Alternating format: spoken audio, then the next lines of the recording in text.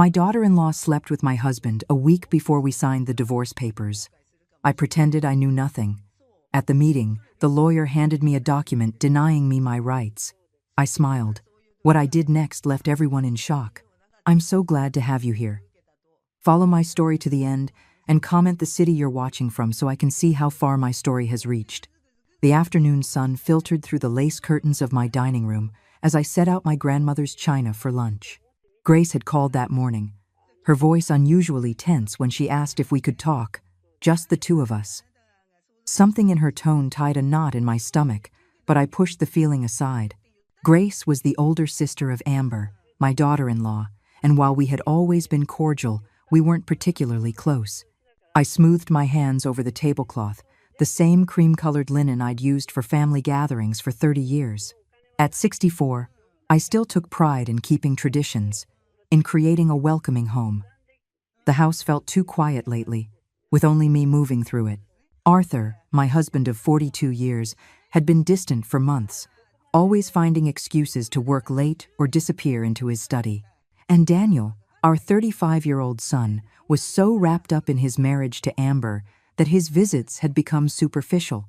The doorbell rang, and I opened it to find Grace standing on my front steps, clutching her purse like a shield. She looked pale, her usually perfect makeup slightly smudged around her eyes, as if she'd been crying.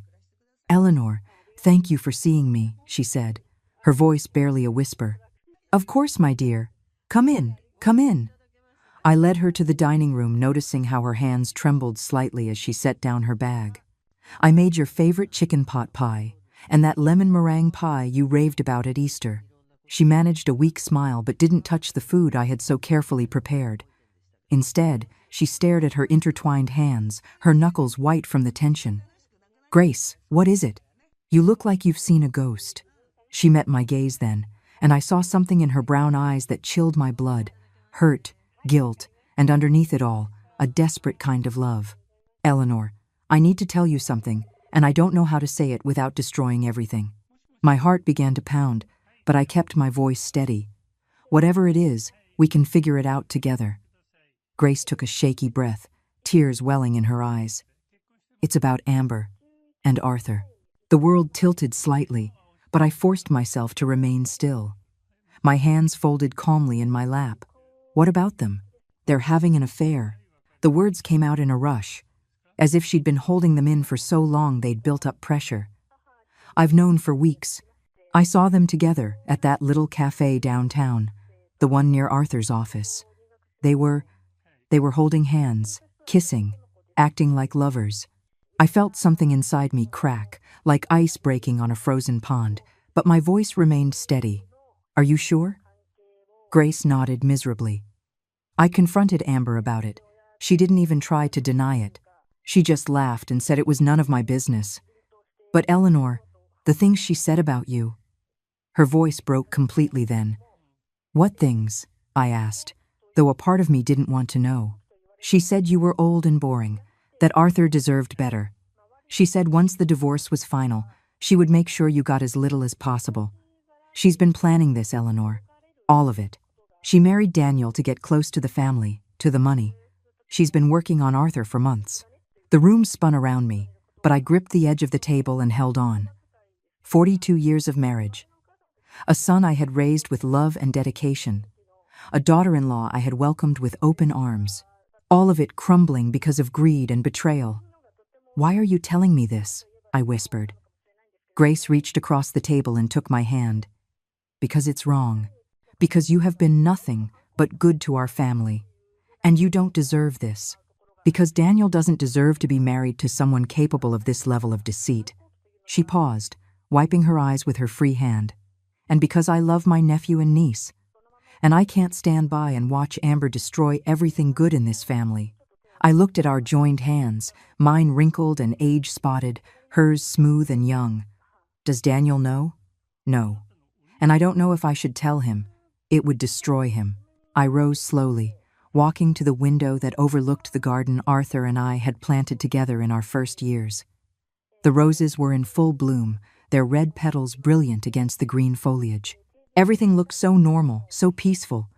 But underneath, the roots were rotting.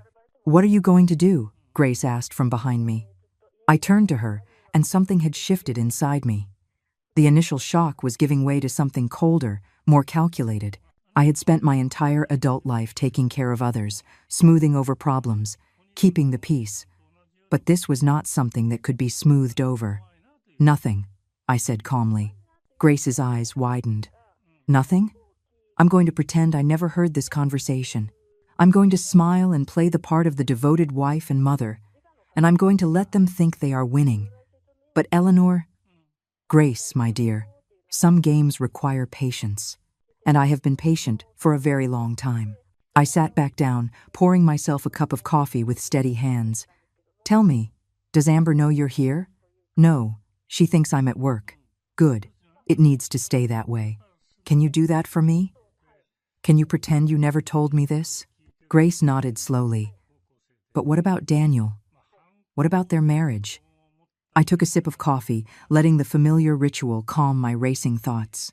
"Some battles aren't won by charging in with guns blazing, my dear.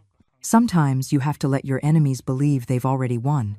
After Grace left, I sat alone in my dining room for a long time, staring at the untouched pie and pot pie.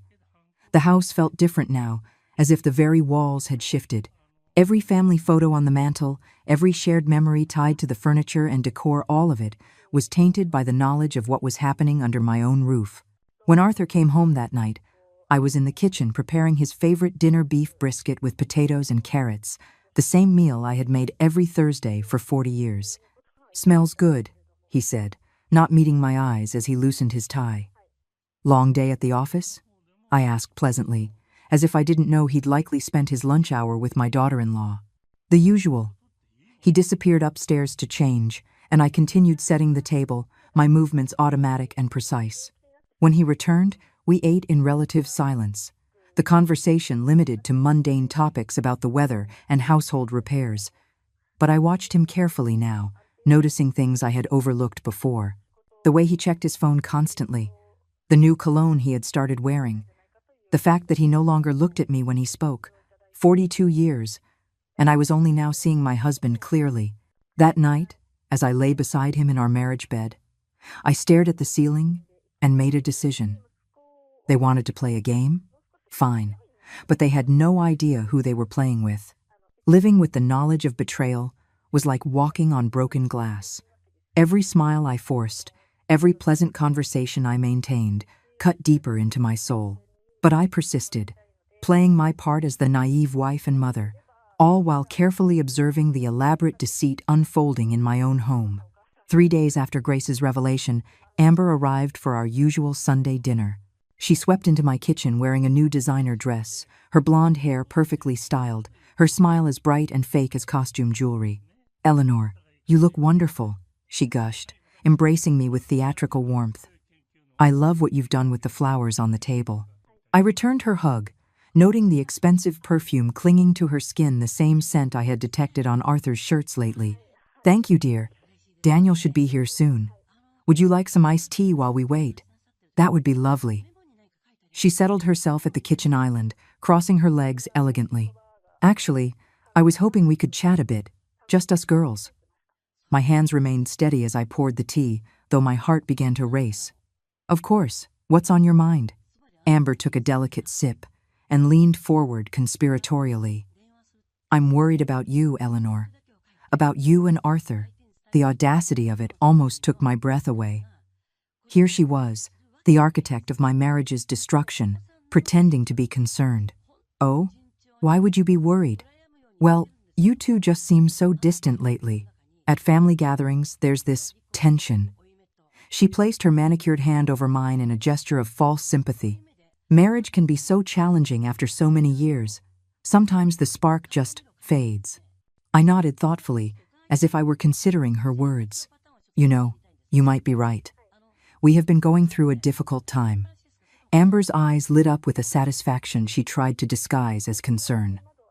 "Have you considered therapy? Or maybe it's time to think about what would make you both happiest in the long run. Do you think we should get a divorce?"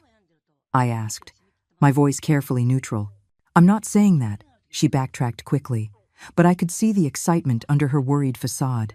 I just think life is too short to stay in an unfulfilling marriage. You deserve to be happy, Eleanor. You deserve someone who appreciates you. The irony was suffocating. That's very thoughtful of you to say. I care about this family, she continued, her voice taking on a practiced sincerity. Daniel would want both his parents to be happy, even if that means being apart. And honestly, you're still such an attractive woman. I'm sure there are plenty of men who would be thrilled to have someone like you. I smiled and nodded, playing the part of the naive older woman being gently guided toward divorce by her caring daughter-in-law. Inside, I was cataloging every word, every gesture, every calculated manipulation. When Daniel arrived, the dynamic shifted immediately. Amber transformed into the doting wife, hanging on his every word, constantly touching his arm, laughing at his jokes with exaggerated delight. But I noticed how her eyes kept darting toward the driveway, waiting for Arthur's car to pull in. Arthur walked into the dining room 20 minutes late, claiming he'd been held up at the office. Amber's cheeks flushed as he kissed my cheek in greeting, and I watched their eyes meet for a moment too long across the table. "Sorry I'm late," Arthur said, taking his usual seat. "Crisis with the Martinez account."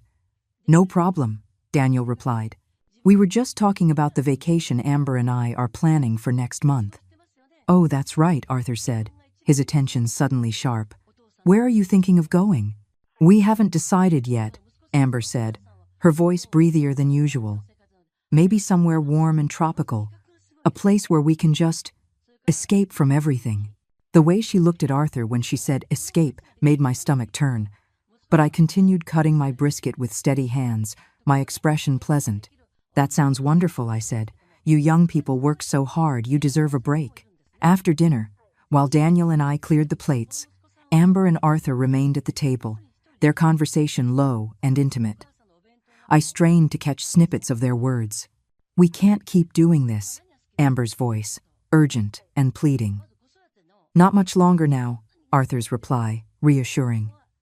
"Does she suspect anything?" Amber again, worried. "She doesn't know a thing," Arthur, dismissive. "They were wrong. I knew everything." But I continued loading the dishwasher, humming softly, as if I didn't have a care in the world. The following week, I made an appointment with my lawyer. Not the family lawyer Arthur and I had used for years, but a sharp woman named Catherine Ward, who specialized in complex divorce cases. Her office was in a part of Philadelphia far from our usual haunts, ensuring I wouldn't be seen by anyone who might report back to Arthur. Catherine was younger than me, probably in her 40s, with intelligent dark eyes and an air of competence that immediately put me at ease. "Mrs. Morales," she said after I'd explained my situation, "I have to ask why you haven't confronted your husband directly about the affair." I clasped my hands in my lap, choosing my words carefully, because I want to understand exactly what I'm dealing with before I make any moves. This house, our assets, our family's legacy. I need to know where I stand legally. Catherine nodded in approval. "Smart approach. Let's start with the basics. How are your assets currently titled?" For the next hour, we went through everything. The house, purchased 40 years ago with money from my family's estate. The investment accounts, built up over decades of careful saving. The family business Arthur had inherited from his father. Most importantly, the trust that had been established by my grandfather, which included the house and several other properties. "This is interesting," Catherine said, studying the trust documents I had brought. "Your grandfather was very forward-thinking. This trust has some very specific provisions regarding inheritance and divorce." "What kind of provisions?" "Well, the house can never be sold or transferred to anyone outside of your direct bloodline. Even if you divorce, your husband would have no claim to it.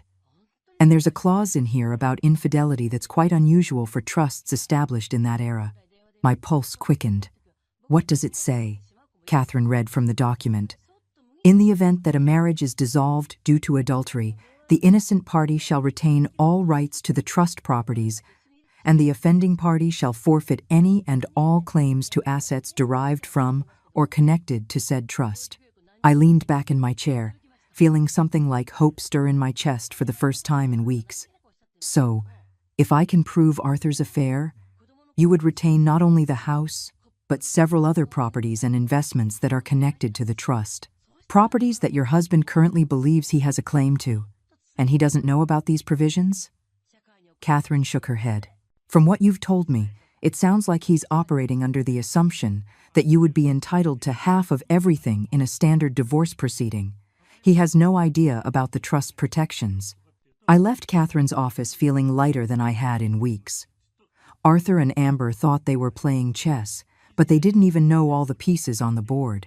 That night, I watched as Arthur struggled to maintain his facade of the devoted husband. He praised my cooking with forced enthusiasm, asked about my day with manufactured interest, and kissed my forehead goodnight with lips that had been kissing another woman. But I could see the cracks in his performance.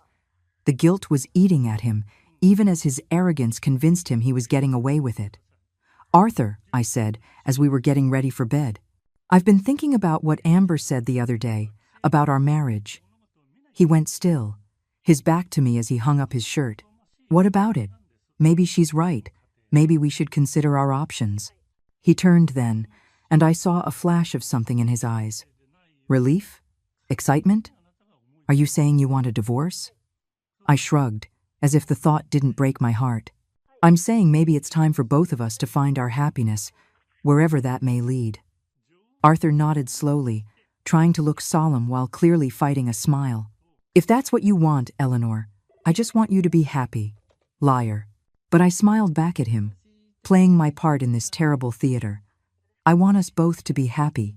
As I lay in bed that night, listening to Arthur's satisfied breathing beside me, I thought of Amber's triumphant smile, of the expensive dress and perfume she now wore to family dinners, of the way she touched my son's shoulder while planning her escape with his father. They thought they were so clever. They thought they had already won. They had no idea the game was just beginning. The law offices of Sterling and Associates occupied the top floor of a gleaming skyscraper, all marble and mahogany designed to intimidate. I sat in the reception area, my hands folded calmly in my lap, while Arthur paced near the floor-to-ceiling windows, checking his phone every few seconds.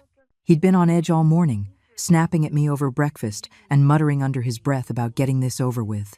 Amber had insisted on coming, claiming she wanted to support Daniel during this difficult time for the family. Now she sat next to my son, her hand resting possessively on his thigh as she whispered reassurances in his ear. Daniel looked devastated, his face pale and drawn. He still believed this divorce was a mutual decision, a sad but amicable end to a marriage that had simply run its course. If only he knew the truth. Mr. and Mrs. Morales, a tall, silver-haired man in an expensive suit, approached us. "I'm Richard Sterling. Thank you for coming in today." Arthur had chosen Sterling himself, claiming the man was the best divorce attorney in the city. What Arthur failed to mention was that Sterling was also a longtime friend of his from the golf club, a detail I had uncovered during my own background research. We were led into a conference room dominated by a massive table surrounded by leather chairs. Sterling took his seat at the head, spreading documents across the polished surface with practiced efficiency. Arthur sat to his right, while I took the chair directly opposite them. Daniel and Amber positioned themselves at the far end of the table, close enough to observe but removed from the main proceedings.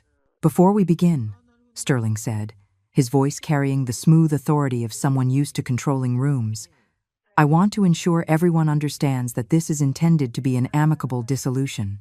Both parties have expressed a desire to handle this matter with dignity and fairness." I nodded gracefully. "Of course, that's what we both want."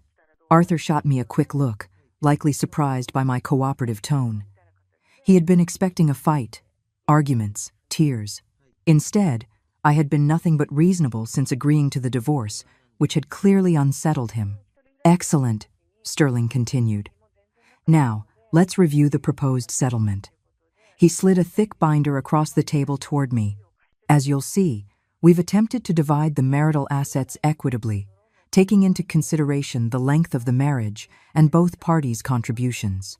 I opened the binder and began to read, my expression neutral even as the words on the page made my blood boil.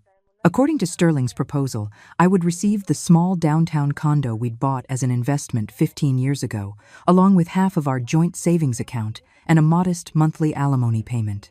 Arthur would retain the family home, the business, the vacation properties, and the majority of our investment portfolio. This seems rather one-sided, I said softly, not looking up from the documents. Sterling cleared his throat. I understand your concern, Mrs. Morales, but we have to consider the reality of the situation. Your husband has been the primary earner throughout the marriage, and the business requires continuity of leadership. The house has significant upkeep costs that would be difficult for you to manage on a reduced income. Translation. They thought I was too old, too dependent, too naive to fight for what was rightfully mine. Furthermore, Sterling continued, his tone growing more condescending, there are some complications regarding the house specifically. It seems there may be some irregularities with the original deed and the trust documentation. Until those matters are sorted out, it would be prudent to leave the property in Mr.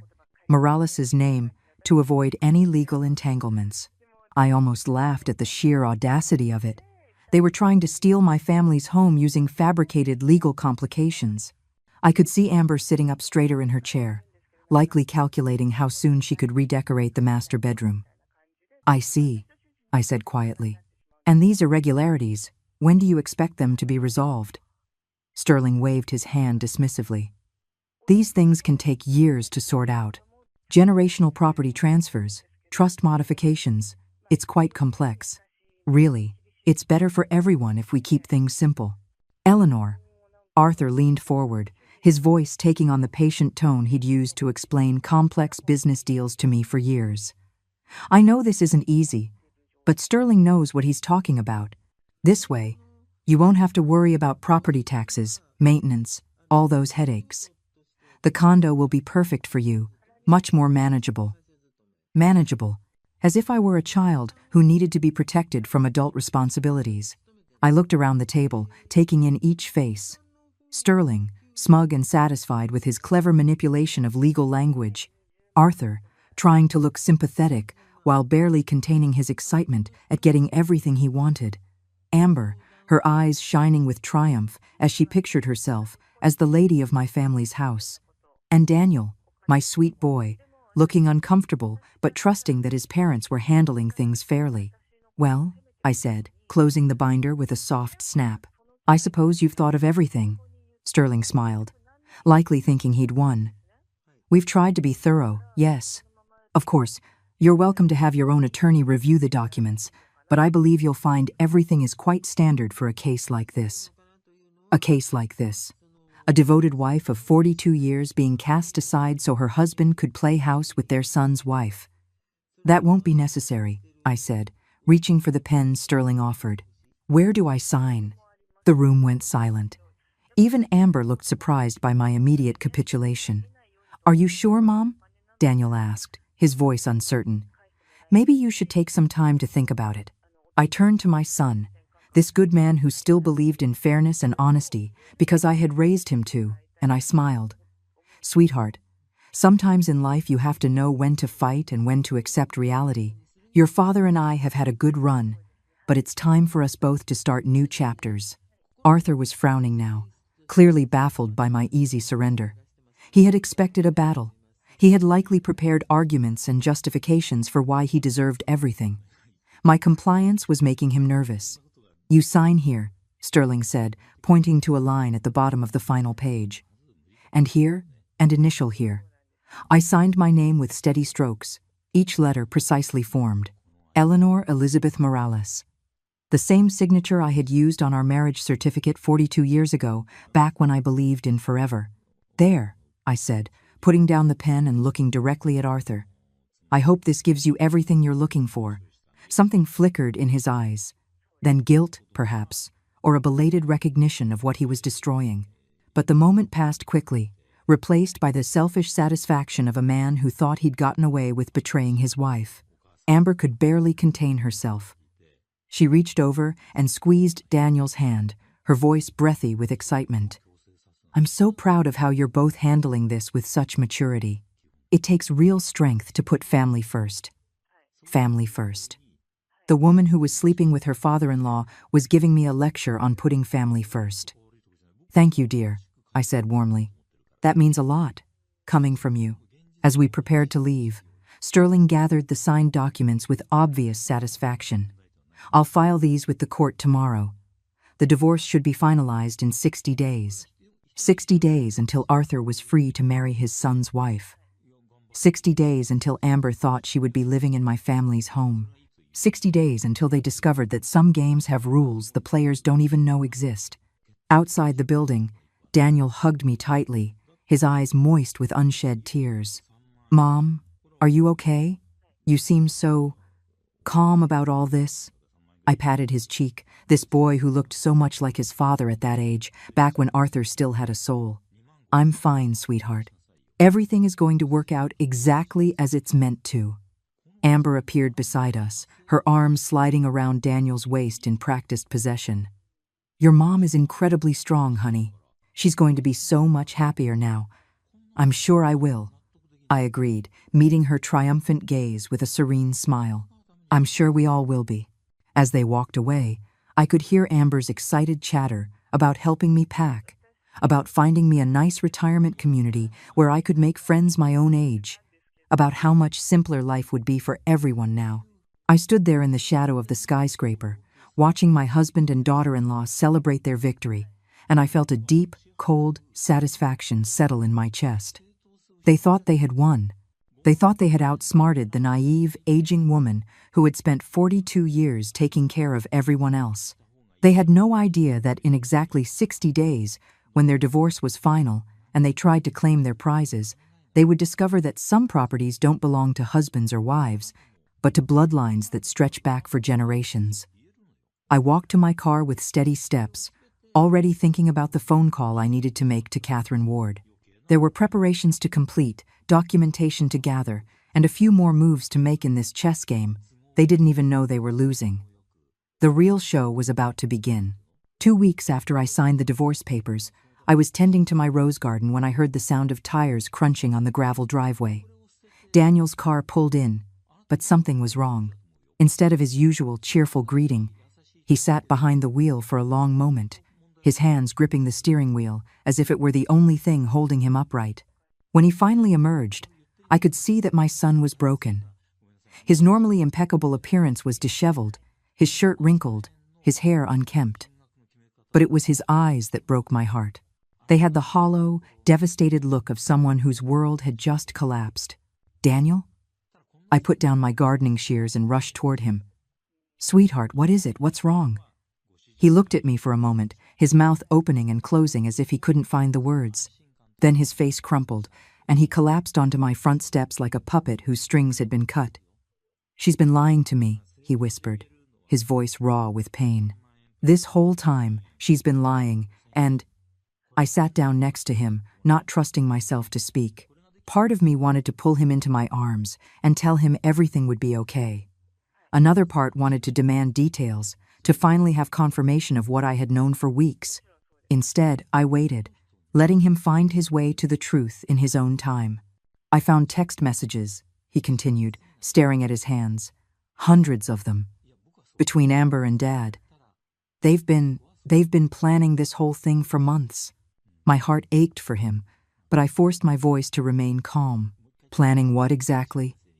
Daniel let out a bitter laugh that sounded nothing like my gentle son. "The divorce. The affair.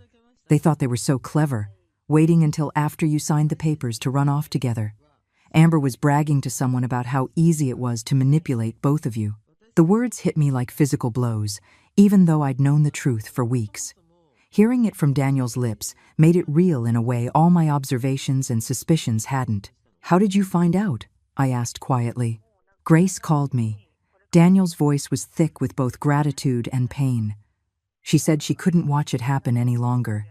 She told me where to look, what to look for." I thought she was crazy at first, but then I checked Amber's phone while she was in the shower, and he trailed off, unable to finish the sentence. I could imagine what those messages contained. The excitement, the planning, the cruel laughter at the expense of the people they were betraying. "Grace has been trying to warn people for weeks," Daniel went on. "She said she tried to talk to Amber, begged her to stop, but Amber just laughed, said she'd worked too hard to get this close to our family's money to give up now. Money. Of course, it all came back to money. Not love, not a genuine connection, just a cold calculation of assets and inheritance. "Where is Amber now?" I asked. "I confronted her this morning. I showed her the messages I found." Daniel wiped his eyes with the back of his hand. "She didn't even try to deny it. She just shrugged and said I was naive if I thought she'd ever really loved me. Said Dad could give her things I never could." The casual cruelty of it took my breath away. To dismiss years of marriage, to mock the love of a good man who had done nothing but adore her, it was beyond comprehension. "I threw her out," Daniel said, his voice gaining strength. "I told her she had 1 hour to pack her things and get out of our house. She laughed at me. Mom said it didn't matter, because she'd be living somewhere much nicer soon anyway. Somewhere much nicer. My family home, which she believed would soon be hers." "I'm so sorry, sweetheart," I said, finally allowing myself to touch his shoulder. "You didn't deserve any of this." Daniel looked at me then, his eyes shining with unshed tears. "How are you so calm about this? Dad betrayed you too. He threw away 42 years of marriage for her." I studied my son's face. This man I had raised to believe in kindness and loyalty, and I made a decision. He deserved to know he wasn't alone in this, that someone else was fighting for what was right. "Daniel, there's something I need to tell you. About the divorce. About what really happened in that lawyer's office." For the next hour, I told him everything. About Grace's warning. About my weeks of careful observation. About Catherine Ward and the provisions in the family trust that Arthur and Amber knew nothing about. Daniel listened in stunned silence as I explained how I had deliberately played the part of the naive, defeated wife, all while gathering evidence and preparing my real response. "You knew," he whispered when I had finished. "This whole time, you knew what they were doing?" "I knew," I confirmed, "and I let them think they had won. Because sometimes the best strategy is to let your opponents reveal exactly who they are before you make your move." Daniel looked at me as if he were seeing me for the first time. "Mom, I had no idea you were so strategic." I smiled sadly. 42 years of marriage teaches you a lot about people, sweetheart, including when to fight and when to bide your time. "So what happens now? When Dad finds out about the trust?" "That's up to him and Amber." I stood up, brushing dirt from my gardening clothes. "They made their choices. Now they have to live with the consequences." Daniel stood up too, looking more like himself than he had since he arrived. "What about us? I mean, I know Amber is my wife or was my wife, but I can't just pretend this didn't happen." "You don't have to pretend anything," I assured him. "You are the innocent party in all of this. You have every right to protect yourself." As if summoned by our conversation, another car pulled into the driveway. This time it was Grace, her face anxious as she hurried toward us. "Daniel, I am so sorry," she said, her voice thick with emotion. "I know this is all my fault. If I hadn't told you to look." "You saved me," Daniel interrupted, his voice firm. "If you hadn't warned me, I would have spent months, years, married to someone who was using me. You saved me from wasting my life on a lie." Grace's eyes filled with tears. "I should have said something sooner. I should have protected you better." I watched the two of them, noticing how Grace's genuine anguish contrasted so starkly with Amber's calculated manipulations. Where Amber was all sharp edges and hidden agendas, Grace radiated warmth and sincerity. Even in her guilt and pain, she was thinking of Daniel's well-being. "Grace," I said gently, "you did exactly the right thing. You chose loyalty and honesty over family convenience. That takes real courage." She looked at me with surprised gratitude. "I was so afraid you would hate me for bringing this into your family." "My dear, you didn't bring anything into our family. You revealed what was already here, festering in the dark. Now we can deal with it in the light." Daniel moved closer to Grace, his hand hovering near her shoulder as if he wanted to comfort her, but wasn't sure if it was appropriate. "Grace, I need you to know how grateful I am, not just for warning me, but for being honest when it would have been easier to stay quiet." The look that passed between them was charged with something new and tentative. Not romance, not yet, but a recognition of shared values, of similar wounds, of the possibility that something good could grow from the ashes of this betrayal. "I should go," Grace said suddenly, as if realizing she was intruding on a family crisis. You two need time to process all this. Actually, Daniel said quickly, would you want to stay for dinner? Mom makes the best brisket in the state, and I think we could all use a normal conversation right now. Grace looked to me for permission, and I nodded warmly. I'd love for you to stay. It's been too long since we've had an honest conversation around our table. As the three of us walked into the house, I felt something shift in the air around us. The toxic cloud that had been hovering over our family was finally starting to lift. Amber's betrayal had been devastating, but it had also revealed the true character of everyone involved. Daniel was stronger than I had given him credit for, capable of facing hard truths and making difficult decisions. Grace was proving to be everything her sister was not: loyal, honest, selfless. And I had rediscovered my own strength, my ability to plan and wait and fight for what mattered. That evening, as we sat around my kitchen table sharing stories and laughter, I watched Daniel and Grace together. There was something healing in their connection, a recognition that they had both been betrayed by someone they loved, but that the betrayal didn't have to define them. You know, Grace said quietly as we cleared the dishes, Amber always said I was too soft, too trusting, said that nice guys finish last. Daniel paused in his work, looking at her intently. I used to think that being decent was enough, that if you treated people right and trusted them, they'd do the same for you. And now? I asked, curious how this experience would change my son. Daniel looked at Grace, then back to me. Now I think that being decent is still the right choice. But that doesn't mean you have to be naive. You can be kind and still protect yourself. You can trust people who prove they deserve it. As the evening wound down and Grace prepared to leave, Daniel walked her to her car. Through the kitchen window, I watched them standing and talking quietly in the driveway, their conversation intimate and serious. When he finally came back into the house, there was something different in his expression. She's remarkable, he said simply. Yes, she is, I agreed. So different from her sister. Daniel nodded thoughtfully.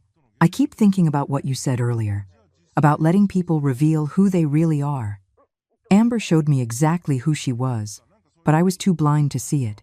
But Grace, she's been showing me who she is too, and I almost missed it because I was so focused on the wrong person.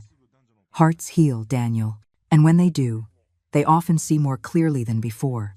That night, as I got ready for bed in the house that would soon legally be mine again, I thought about the strange turns life takes. Amber's betrayal had been devastating, but it had also created opportunities for truth, for genuine connection, for new beginnings based on honesty instead of deceit.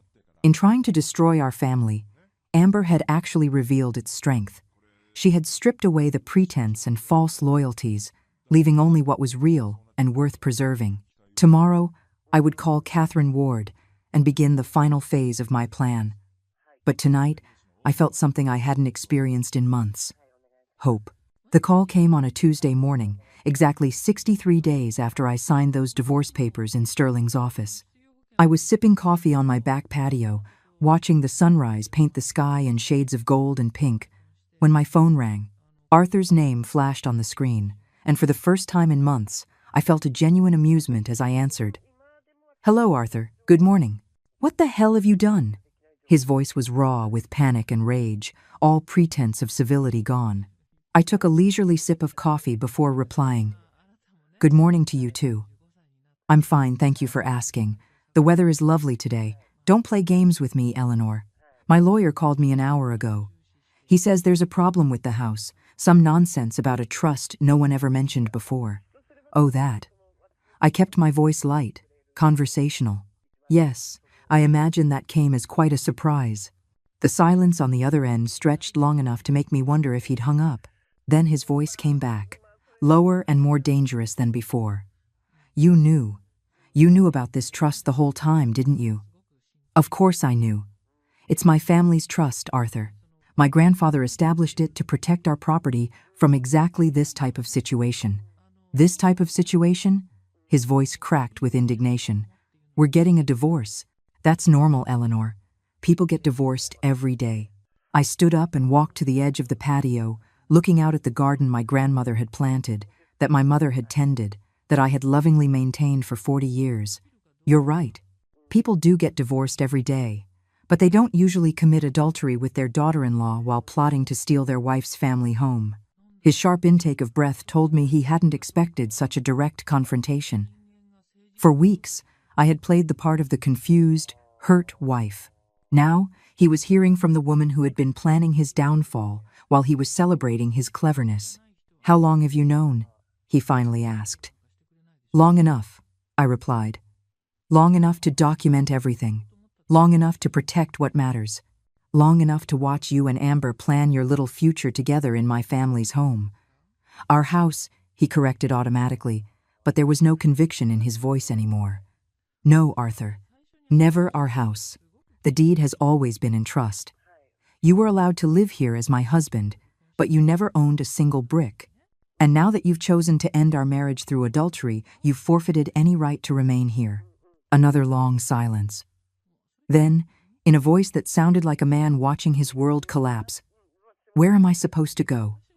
The pathetic quality of the question almost made me feel sorry for him. "Almost. I imagine you and Amber will figure it out. You're both so clever after all. Eleanor, please, can't we work something out? I know I made mistakes, but—" "Mistakes?" I cut him off, my voice sharp for the first time. "Mistakes are forgetting to buy milk or missing an anniversary. What you did was a deliberate betrayal of everything we built together. What you did was seduce our son's wife and plot to steal my inheritance. Those aren't mistakes, Arthur. That's who you chose to become." I heard a woman's voice in the background, shrill and demanding. Amber, no doubt wanting to know what was happening to her carefully laid plans.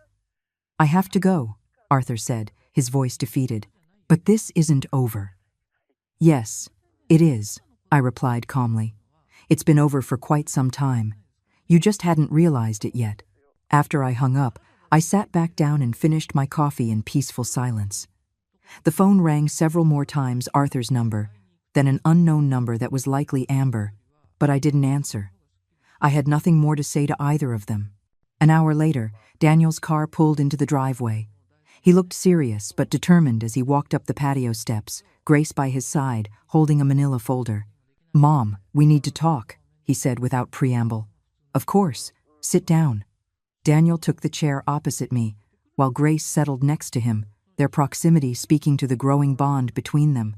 For the past few weeks, they had become inseparable, finding comfort and understanding in their shared experience of betrayal. "Grace has been helping me go through Amber's things," Daniel began. "We found some documents I think you need to see." Grace opened the folder and pulled out a stack of papers. These were hidden in a safe in Amber's closet. I think they show just how long this has been planned. The first document was a copy of my grandfather's will, annotated in Amber's handwriting with notes about property values and inheritance laws.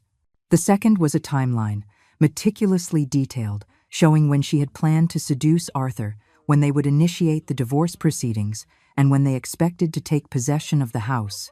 But it was the third document that made my blood run cold. It was a life insurance policy on me, taken out by Amber 6 months ago, listing herself as the beneficiary. "She forged your signature," Grace said quietly. "I checked with the insurance company. They have no record of you ever agreeing to this policy." Daniel's face was pale with fury. "She wasn't just planning to steal from you, Mom. She was planning—" He couldn't finish the sentence. I stared at the policy, feeling a chill that had nothing to do with the morning air. The woman I had welcomed into my family, whom I had treated like a daughter, had been planning not only my financial ruin, but potentially something much worse.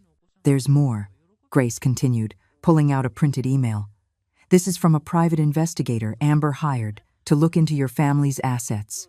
She's been digging into the trust for months, trying to find loopholes."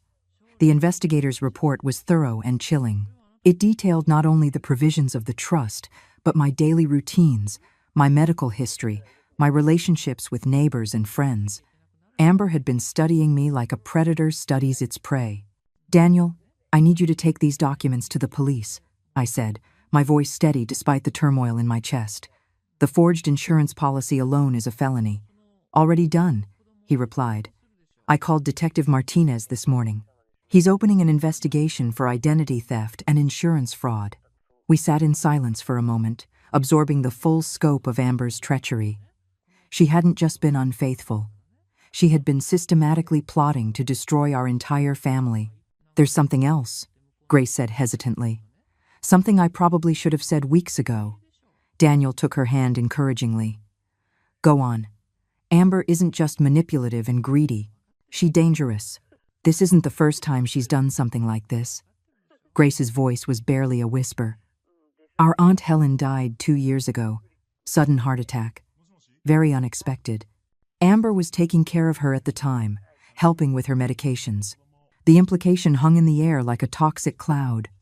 Daniel's grip on Grace's hand tightened. "The doctors said it could happen to anyone," Grace continued. "Helen had a heart condition, and sometimes these things just happen. But afterward, Amber inherited Helen's house and her savings, and she just seemed so pleased about it. Not grieving like you'd expect, but satisfied." "Did you tell the police this?" I asked. Grace nodded. "Detective Martinez is looking into Helen's death, too. He said they might exhume the body if they find enough evidence to warrant an investigation." We were interrupted by the sound of a car pulling aggressively into the driveway. Through the trees, I could see Arthur's Mercedes, followed by a small moving truck. Amber emerged from the passenger seat like a fury, her perfect facade finally cracking to reveal the calculating predator beneath. "That's my cue to go inside," I said, getting to my feet. "Daniel, would you and Grace mind handling this? I don't think I can look at either of them right now without saying something I might regret." From my living room window, I watched the confrontation unfold on my front lawn. Amber was screaming at Daniel, her face twisted in rage as she pointed at the house. Arthur stood by the moving truck, his shoulders slumped in defeat. 2 burly movers waited uncertainly, unsure whether to unload their cargo. Daniel's voice carried through the glass, calm but unyielding. "You're not welcome here, Amber. Neither of you are." "This is my house," Amber shrieked. "We signed papers. It's ours." "No," Grace said, stepping forward to stand beside Daniel. "It was never yours, and it never will be." The look Amber gave her sister was pure venom. "You did this. You poisoned them against me. You're just jealous because I found a way out of our pathetic family, and you're still a nobody." "I'd rather be a nobody than be you," Grace replied quietly. Amber lunged forward as if to attack her sister, but Daniel stepped between them, his presence enough to halt her advance. For a moment, the 3 of them formed a tableau. Daniel and Grace united in their strength and integrity, Amber isolated in her rage and desperation. "Get off my property," Daniel said, his voice carrying an authority I had never heard from him before. "Both of you. You have 5 minutes to get in that truck and leave, or I'm calling the police." Arthur finally spoke, his voice tired and broken. "Let's go, Amber. It's over." But Amber wasn't ready to accept defeat. She spun toward the house, her eyes wild as she caught sight of me in the window. "This isn't over," she screamed. "You think you're so smart, but I know things about this family. I know secrets that could destroy all of you."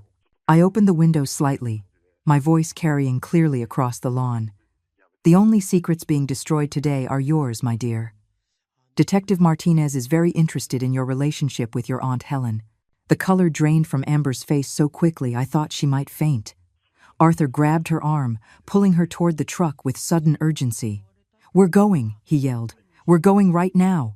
As the moving truck sped away, followed by Arthur's Mercedes, I felt something release in my chest.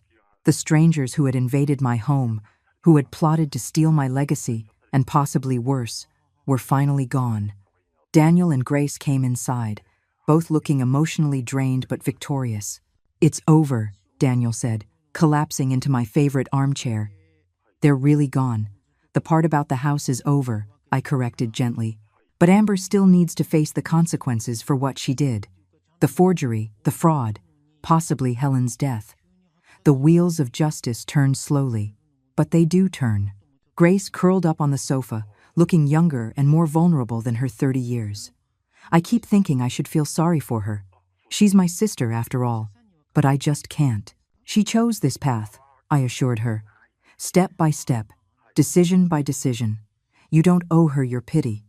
As evening fell, the 3 of us made dinner together in my kitchen. It felt like a celebration, though none of us said it explicitly. We were celebrating survival, integrity, and the bonds that truly matter. Watching Daniel and Grace work side by side, I could see something beautiful growing between them. Not the desperate, grasping love that Amber had offered, but something real and lasting, built on mutual respect and shared values. You know, I said, as we sat down to eat, this house has seen a lot of history. My grandmother raised 5 children here. My mother survived the Great Depression within these walls. I raised Daniel here.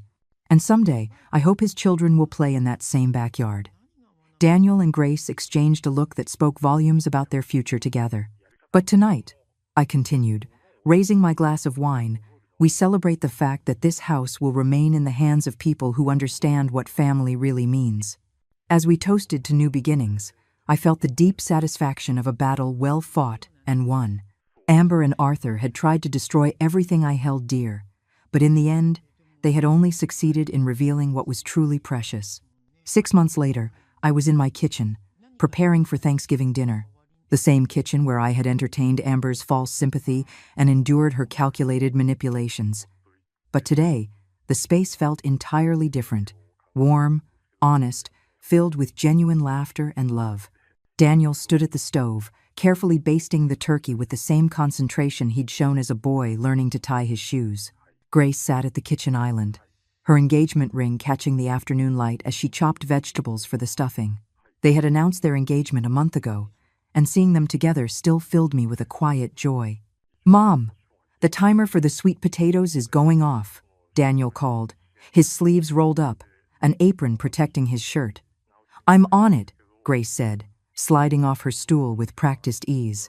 Over the past few months, she had become an integral part of our home's rhythm, helping with the cooking, the garden, and the 1,000 small tasks that make a house a home.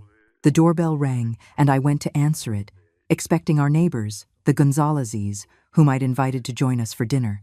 Instead, I found Detective Martinez standing on my porch, his expression serious but not grim. "Mrs. Morales, I hope I'm not interrupting your celebration." "Not at all, Detective. Please, come in. Can I offer you some coffee? We have plenty of food if you'd care to stay for dinner." He followed me into the living room, declining my offer of refreshments. "I wanted to update you on the investigation before the holiday weekend." Daniel and Grace appeared in the doorway, their faces tense with anticipation.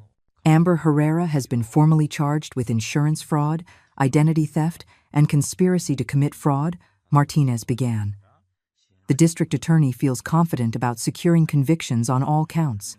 "And Helen?" Grace asked quietly. Martinez's expression grew more somber. "The exhumation revealed traces of digitalis in your aunt's system, levels that would be consistent with intentional poisoning, not an accidental overdose of her heart medication." Grace's hand flew to her mouth. "She really killed her? We are building a case for first-degree murder." Amber's fingerprints were found on the medicine bottles, and we discovered she had been researching the effects of digitalis online for weeks prior to Helen's death. I felt a chill that had nothing to do with the November air. "What about Arthur?" "There's no evidence of his involvement in Helen's death, but he has been charged as an accomplice in the fraud schemes. His cooperation with the investigation will likely result in a reduced sentence." After Martinez left, we sat in the living room, absorbing the news. Justice was finally being served, but it felt hollow in a way. Helen was still gone, Daniel's marriage was still destroyed, and 42 years of my life had still been built on a foundation that crumbled the moment my husband chose betrayal over loyalty. "Are you okay, Mom?" Daniel asked, noticing my silence. I considered the question carefully. "I'm relieved," I said finally.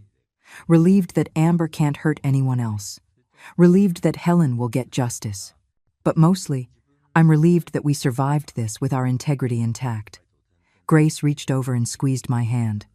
"I keep thinking about all the what-ifs. What if I hadn't told you about the affair? What if you hadn't known about the trust?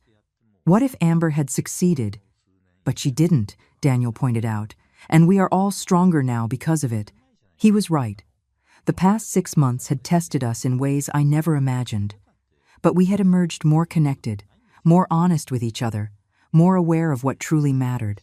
The Gonzaleses arrived shortly after, followed by Catherine Ward and her husband, whom I'd invited after discovering we shared a love for gardening. The dining room filled with conversation and laughter, the kind of genuine warmth that cannot be manufactured or manipulated. As we sat down to dinner, I looked around the table at the faces gathered there. Real friends, chosen family, people who cared for each other without agenda or calculation. This was what Amber had never understood, that true wealth isn't measured in property values or bank accounts, but in the quality of the relationships you build. Before we eat, I said, standing and raising my glass of wine, I want to say something. The conversation quieted, all eyes turning to me. This year has been one of the most difficult of my life. I lost a marriage I thought would last forever. I discovered someone I loved was capable of unimaginable betrayal. I learned that my family was under attack from within. I paused, meeting each pair of eyes around the table. But I also learned that I am stronger than I ever imagined. I learned that my son is a man of integrity, who chooses love over revenge. I learned that sometimes the greatest gifts come disguised as losses. I looked directly at Grace, this woman who had had the courage to speak the truth when silence would have been easier. I learned that family isn't just about blood. It's about people who have your back when the world tries to knock you down. People who choose honesty over convenience, loyalty over self-interest. Daniel stood and raised his own glass. To Mom, who taught us that grace under pressure isn't just a saying, it's a way of life. To Eleanor, Catherine added, who proved that patience and planning can overcome any adversary. To new beginnings, Grace said softly. And to the families we choose, as much as the families we are born into. As we clinked glasses, I felt a deep sense of completion. Not because the story was over. Daniel and Grace would be married in the spring. There would be grandchildren eventually. Life would go on with all its joys and challenges, but because I finally understood who I was, separate from being Arthur's wife or Daniel's mother. I was Eleanor Morales, guardian of my family's legacy, protector of what mattered, survivor of betrayal, and architect of my own future. After dinner, as our guests were preparing to leave, Catherine pulled me aside. "Have you thought about what you're going to do with the downtown condo?" she asked. "The one from the divorce settlement?" I smiled.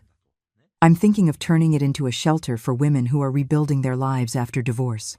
Nothing big or institutional, just a quiet place where someone can stay while they figure out their next chapter." Catherine nodded in approval.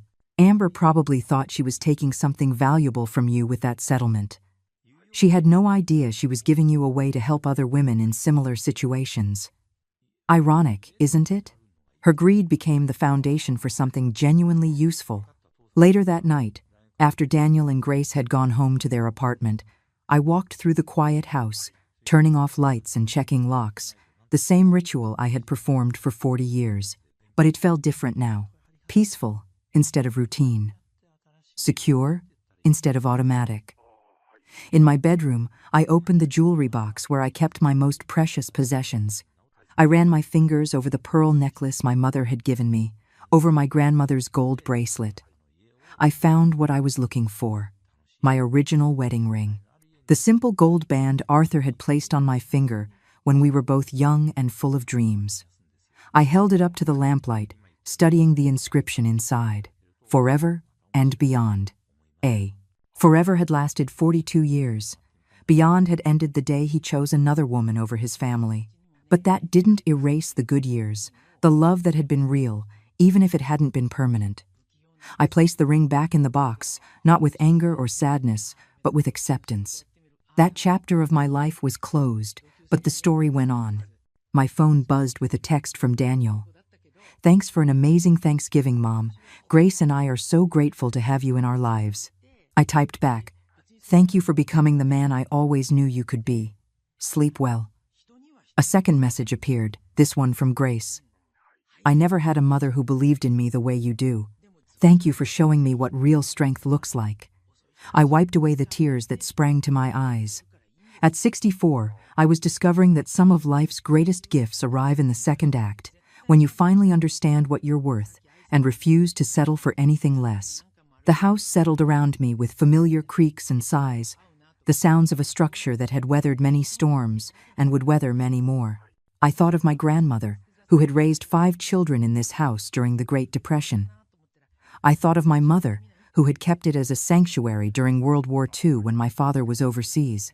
I was part of a long line of strong women who had protected what mattered, who had faced adversity with grace and determination. Amber had tried to break that chain, but she had only succeeded in forging it stronger. Tomorrow, I would start planning the shelter for divorced women, using the condo that was supposed to be my consolation prize.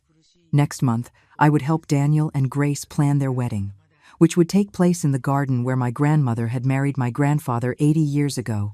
But tonight, I would simply be grateful for survival, for discovery, for the knowledge that at any age, at any stage of life, it is never too late to find out who you really are when all that is false is stripped away. Outside my window, the November wind whispered through the bare branches of the oak tree Arthur and I had planted on our 10th anniversary. It had weathered storms, droughts, and countless seasons of change.